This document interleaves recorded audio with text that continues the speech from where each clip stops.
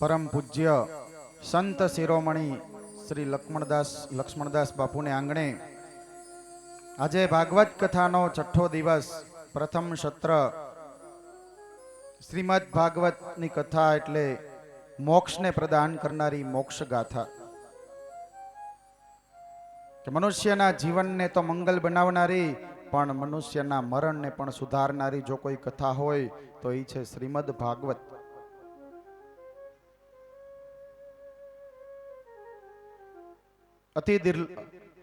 અતિ દુર્લભ મેળવવા જાય તો આપણને ન મળે એ મનુષ્ય અવતાર આપણને મળ્યો કે જે દેવતાઓ અનેક વર્ષોથી તપસ્યાઓ કરે છે કે ભગવાન અમને મનુષ્ય અવતાર આપો, ત્યારે ભગવાન એને નથી આપતા, એ અવતાર આપણને આપ્યો છે.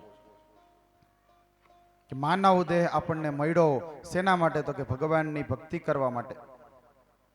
મનુષ્યના જીવનમાં સૌથી મોટામાં મોટું મહત્વની વસ્તુ જો કોઈ હોય તો એ છે સત્સંગ. ગઈકાલે આપણે બધાએ ભગવાન ગિરિરાજજીની પૂજા કરી, પણ ગિરિરાજજીની પૂજા પ્રથમ પૂર્વે રાધાજીનું મિલન થાય છે ભગવાન કૃષ્ણ સાથે, અને એમાં રાસ પંચાધ્યાયની કથા આવે છે.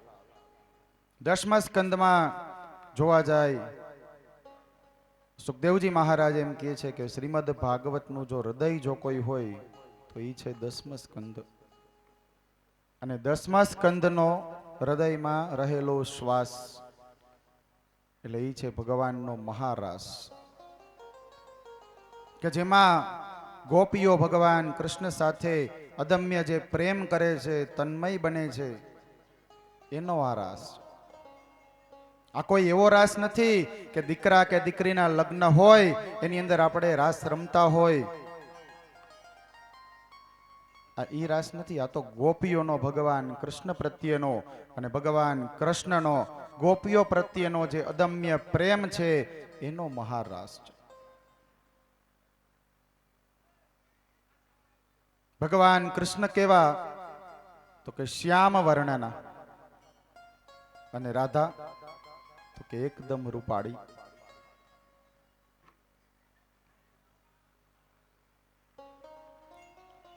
રાધા અને કૃષ્ણ બે એકબીજાની સાથે વાતો કરે, પ્રેમની કુંજની અંદર બંને બિરાજમાન છે, બંને સાથે બેઠા બેઠા વાતો કરે છે. એવે સમયે રાધા અને કૃષ્ણ એ શું છે? તો કે પ્રેમનું પ્રતીક છે. પણ એ તો ભગવાન કૃષ્ણ હતા, એ રાધિકા હતી કે જેને આ જગતને ઉપદેશ આપ્યો કે પ્રેમ કરવો તો પ્રેમનું બીજું નામ છે સમર્પણ.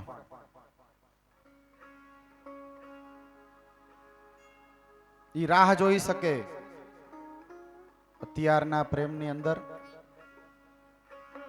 તો કે રાતના 10 વાગે ફોન ન આવ્યો હોય પછી થઈ જાય બહુ મોટી માથાકૂટ. પ્રેમનું બીજું નામ છે સમર્પણ. રાધાજી એકવાર કૃષ્ણ ભગવાનને કહે છે કે હે કાનુડા, હે કનૈયા, આ જ્યારે તું વાંસળી વગાડસ ત્યારે મને એમ થઈ જાય કે હું વૃંદાવનમાંથી મારા ઘરેથી દોડી અને તારી પાસે આવું છું, અને આ કદમના ઝાડ નીચે બેસી. આજે રાધિકા શું કરે? તો કે કૃષ્ણ ભગવાનના ખંભે હાથ રાખી કાનુડો 2 પગની આંટી મારી અને હે ભગવાનની વાંસળી હાથમાં લઈને વાંસળી વગાડે છે, વેણું વગાડે ભગવાન. રાધિકાજી એના ખંભે મસ્તક રાખી અને એવી વાંસળી સાંભળે, વેણું સાંભળે છે કે તમામ વસ્તુઓ ભૂલાઈ જાય છે. ભગવાન કૃષ્ણને એમ કહે કે કનૈયા, આ તારા ઘરની અંદર માં યશોદા ઈ આટલા બધા રૂપાળા છે, નંદ બાબા રૂપાળા છે, તારો ભાઈ બલભદ્ર ઈ રૂપાળા છે, તો તું એક કેમ કે આટલો બધો કાળો છો?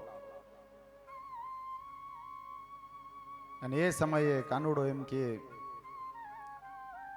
રાધાજી પૂછે એક વાત, કનૈયા તમે કેમ થયા કાળા? અને ત્યારે કૃષ્ણ એને જવાબ આપે,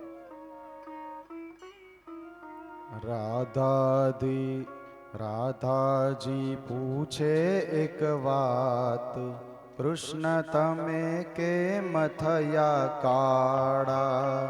રાધાજી પૂછે એક વાર, કૃષ્ણ તમે કેમ થયા કાળા? રાધાજી પૂછે એક વાત, કૃષ્ણ તમે કેમ થયા કાળા? રાધાજી પૂછે એક વાત, કૃષ્ણ તમે કેમ થયા કાળા?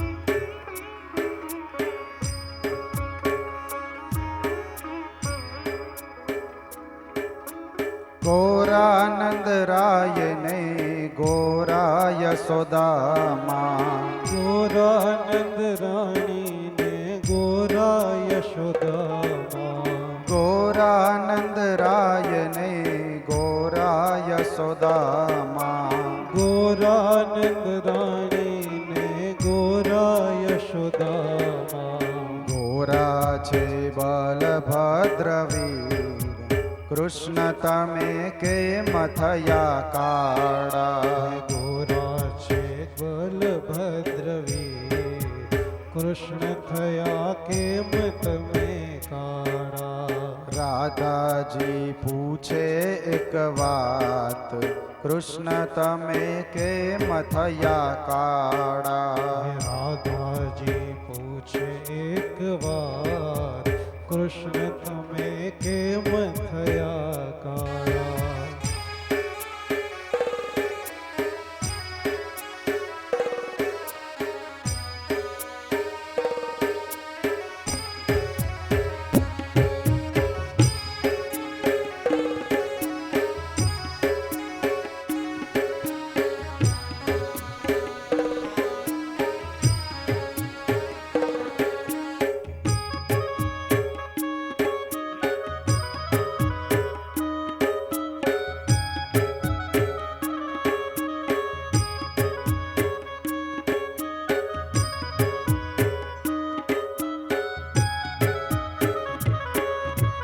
અમે જન્મ્યા છીએ અંધારી રાતે, અમે જન્મ્યા છીએ અંધારી રાતે, અમે જન્મ્યા છીએ અંધારી રાતે, અમે જન્મ્યા છીએ અંધારી રાતે, લાગ્યો અમને અંધારાનો ડાગ, રાધા અમે એમ થયા કાળા? લાગે અમને અંધારાનો ડાગ, રાધા અમે એમ થયા કાળા? લાગ્યો અમને અંધારાનો ડાગ, રાધા અમે એમ થયા કાળા? લાગ્યો અમને અંધારાનો ડાગ, ઓ રાધા અમે એમ થયા કાળા?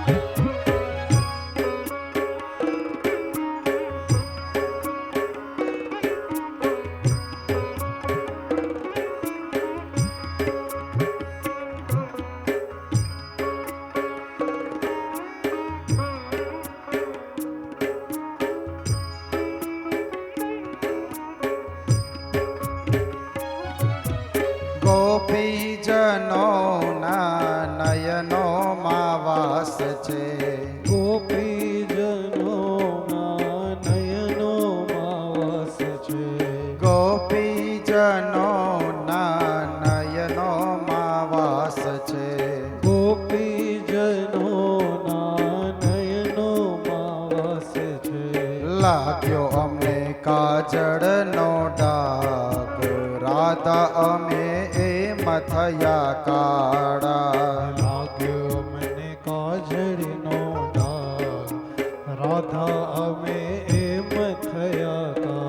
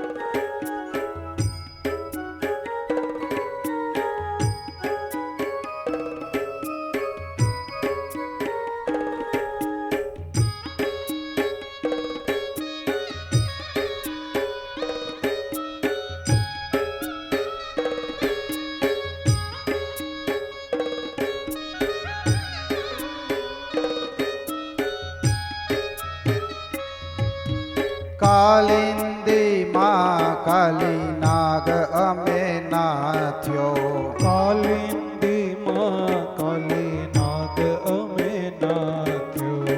કાલિંદી માં કાલી નાગ અમે નાથ્યો.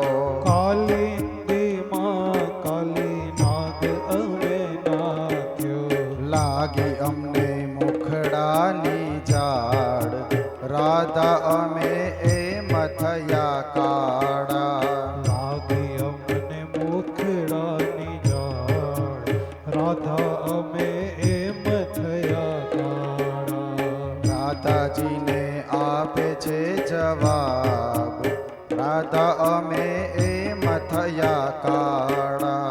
રાધાજીને આપે છે જવાબ, રાધા અમે એમ થયા કાળા.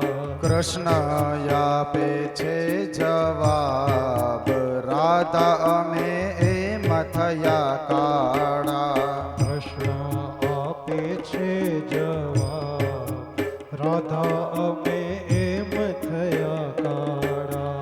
કૃષ્ણ આપે છે જવાબ, રાધા અમે એમ થયા કાળા. કૃષ્ણ આપે છે જવાબ, રાધા અમે એમ થયા કાળા. કૃષ્ણ આપે છે જવાબ કે રાધા અમે આ રીતે થયા છીએ કાળા. પણ ભગવાન કેવા તો કે શ્યામ વર્ણના,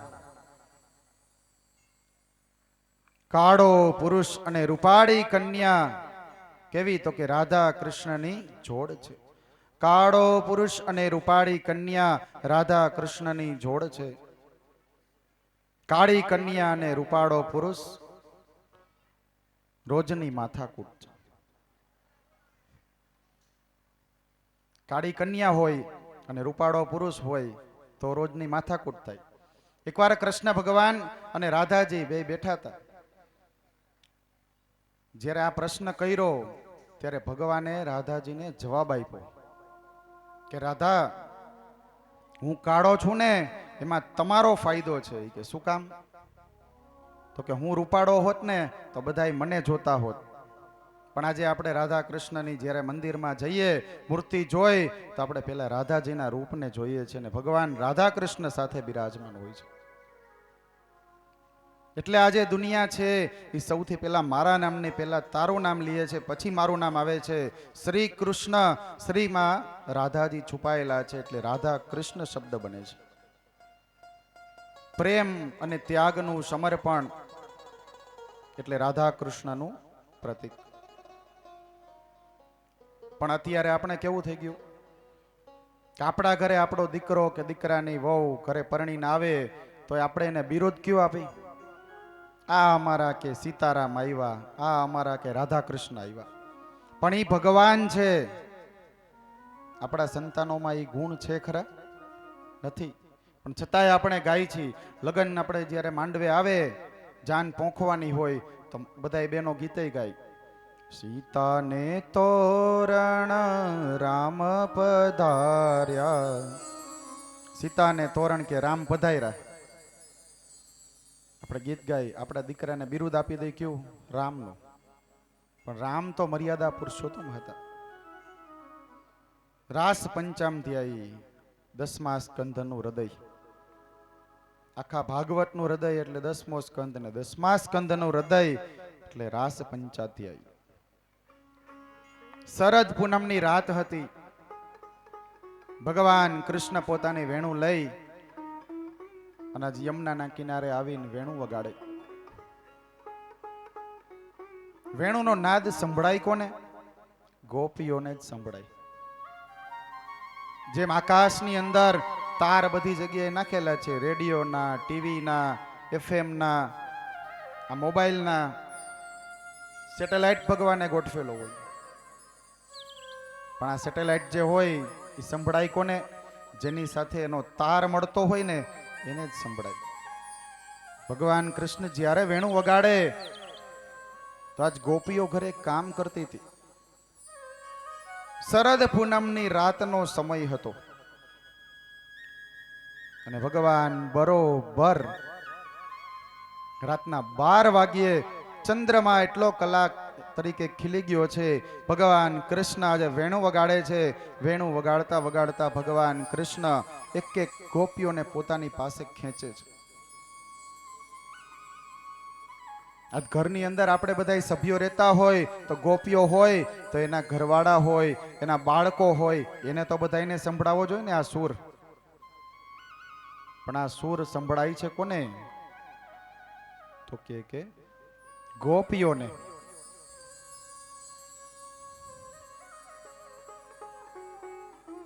આ કથા આમ જોવા જાય તો દરેક પુરાણની અંદર અલગ અલગ રીતે આપી છે. હરિવંશ પુરાણ છે દરેક કથાની અંદર. પણ આ તો સ્વયં પરમાત્માએ રચેલો રાસ. અને આ રાસ કોનો છે? મહારાસ છે. પણ કોનું? જીવનું ઈશ્વર સાથે મિલન થાય છે. જીવના ઈશ્વર સાથેના મિલનનો રાસ આ મહારાસ.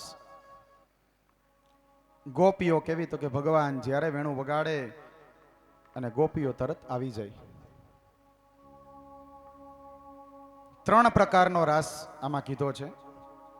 ક્યારેક ક્યારેક કેવું બને છે તો કે એક એક ગોપી છે અને એક એક કનૈયો છે. ક્યારેક ક્યારેક એવું બન્યું છે કે 2 ગોપીઓ છે અને એક એક કાન છે. એને કયો કીધો? તો કે યુગલ ગીત કહેવામાં આવ્યું છે. અને ત્યારબાદ 4 ગોપીઓ અને વચ્ચે એક મધ્યમાં કાનુડો ઊભો છે. કાલ આપણે જોયું ને અહીંયા ગોવર્ધન પર્વતમાં ભગવાન પોતે વાંસળી લઈને ઊભા હતા. આવા સત્કર્મની અંદરમાં જ્યારે આપણી ભગવાનની મૂર્તિ પણ ઉપયોગ થાય ને તો એ મૂર્તિની અંદરમાં પ્રાણ આવી જાય છે. અને આ તો કનૈયો.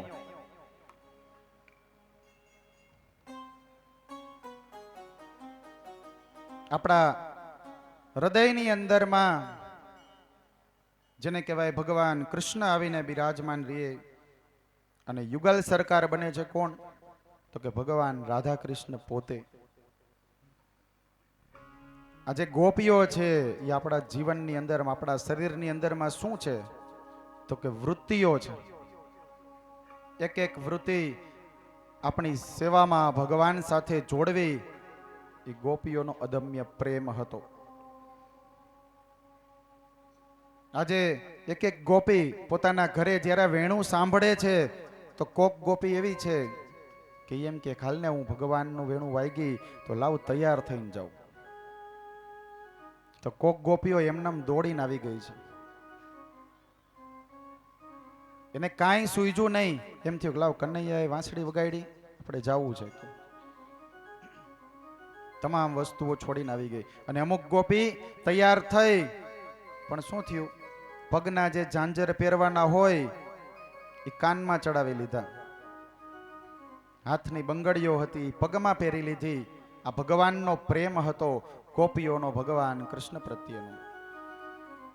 પણ આ તો જેની સાથે જોડાયેલો એનો તાર હોય એ ભગવાન શ્રીહરિ ભગવાન કૃષ્ણ હોય, એના માટે ગોપીઓ સ્વયં દોડી અને ત્યાં આવી જાય અને ભગવાનની સન્મુખ આવી અને બેસી જાય છે. ઠાકોરજી સ્વયં એને લઈ આવે છે. આમ ગોપીઓનું જોવા જાય તો કંઈક પૂર્વજન્મનું ઋણાનું બંધ હોય કે જેના કારણે ભગવાન કોઈક ને કોઈક આત્મીયતાનું મિલન કરાવતા હોય છે. પરમાત્માની જ્યારે કોઈ લીલા થતી હોય, પરમાત્માનું કોઈ કાર્ય થતું હોય તો આ કાર્યમાં કોઈ દિવસ ક્યારેય શંકા પણ ન કરવી. આજ ભગવાન પોતે વૃંદાવનના ઘાટ ઉપર, યમુનાના ઘાટ ઉપર એક એક ગોપીનું સ્વાગત કરે છે. સ્વાગત કરે છે ભગવાન, પણ પછી સ્વાગત કર્યા પછી ભગવાન જોવે છે અને કહે છે વેણુ વગાડીને કે શરદ પૂનમની રાત આવી, બરાબર, મેં વેણુ વગાડી ઈ બરાબર, પણ તમે બધી અહીંયા દોડીને અત્યારે હું કામ આવી? આજ ભગવાને ગોપીઓનું દિલ તોડ્યું હતું. શું કામ? ભગવાનને ધર્મનો ઉપદેશ આપવો હતો કે હે ગોપીઓ, તમે રાતના 12 વાગે તમારા ઘરમાંથી નીકળી અને તમે અહીંયા આવો છો, એ સારું લાગે?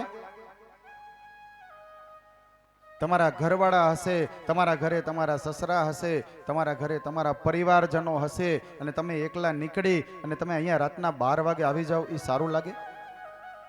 પણ આજ ગોપીઓએ ભગવાન કૃષ્ણ પાસે માંગ્યું કે હે પરમાત્મા, કનૈયા,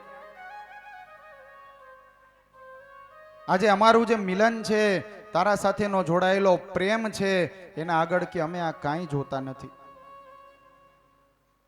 ભગવાનની પાસે એક એક ગોપી આમ જોવા જાય ને તો પોતાના સાડીનો છેડો મોઢામાં ભરાવી એની પાસે માંગે છે કે કનૈયા, તું જે કહે. પણ આજ જો તે વેણુ વગાડી છે, તે અમને અહીંયા બોલાવ્યા છે, તો હવે તારે અમને એક રાસ્તો કે રમાડવો પડશે કનૈયા. અમે એમનેમ નહીં જાય અહીંથી.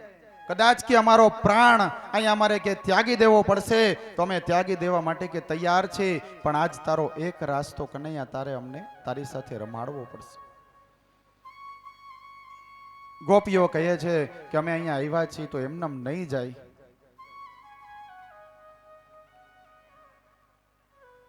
આજે કૃષ્ણ ભગવાન સ્વયં વેણુ વગાડે છે, રાધાજી એની પાસે બેઠા છે. પણ આ જે મહારાસ છે એ કોઈ દીકરી કે દીકરાના લગ્નનો રાસ નથી. તમે દીકરી દીકરાના લગ્નમાં રાસ રમો તો કોઈ દી મુક્તિ ન મળે.